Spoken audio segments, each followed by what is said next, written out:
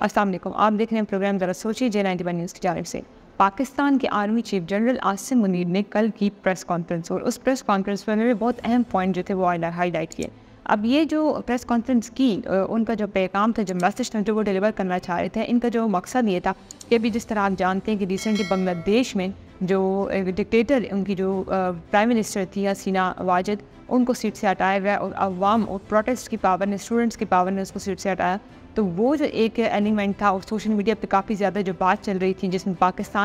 Pakistanis جو تھے وہ کمپیئر کر رہے تھے بنگلہ دیش کی سچویشن کو پاکستان کی سچویشن کو، تو یہ جو تھی اس کے بعد جو ہے ان کی پریس کانفرنس ہوئی اور ایک طرح سے وارننگ دی انہوں نے لوگوں کو، پاکستان کے لوگوں کو۔ عاصم منیر نے کہا کہ اگر کوئی بھی ڈس آرڈر ملک میں کریٹ کرنے کی کوشش کرے گا، کوئی بھی کیوس کریٹ کرنے کی کوشش کرے گا، تو اس کے خلاف، اس بندے کے خلاف سخت ایکشن لے گا اور قانونی کارروائی کی جائے گی، اور وہ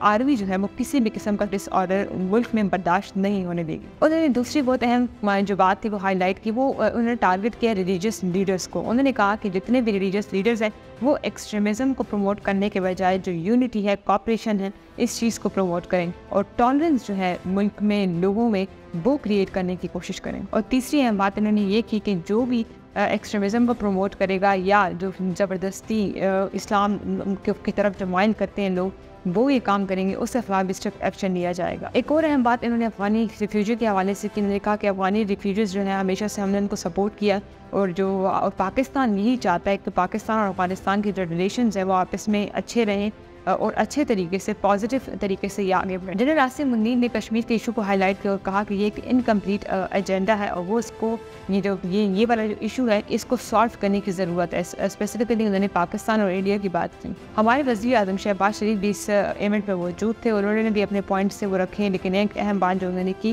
وہ یہ کی، ہمارے پرائم منسٹر شہباز شریف بھی اس ایونٹ میں موجود تھے اور اس ایونٹ میں انہوں نے بہت اہم بات ہائی لائٹ کی۔ انہوں نے کہا کہ 40 سال میں پہلی دفعہ دیکھ رہا ہوں کہ اتنا اسٹرانگ ریلیشنز ہیں گورنمنٹ کا اور انسٹیٹیوشنس کا، جس میں اسپیسیفکلی وہ ملٹری کی بات کر رہے ہیں۔ تو سب سے پہلے تو اس پریس کانفرنس سے لگا یہ کہ جو ملٹری ہے وہ ڈائریکٹلی جو ہے مخاطب کرنا چاہتی ہے عوام کو، اور ڈائریکٹلی اپنا میسج جو ہے عوام کو دینا چاہتی ہے۔ ابھی جو آپ دیکھ سکتے ہیں، ابھی پچھلے دنوں بھی جو پریس کانفرنس کی گئی تھی جس میں انہوں نے ہر ایک بندوں کا جو ایشو تھا، جو اور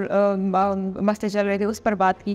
تو وہ چیز جو ہمیں پہلے لگتی تھی کہ گورنمنٹ کے تھرو اپنے میسیجز پہنچاتے تھے، وہ اب جو ہے through direct contact with the people اب یہ کام یہ لوگ کر رہے ہیں۔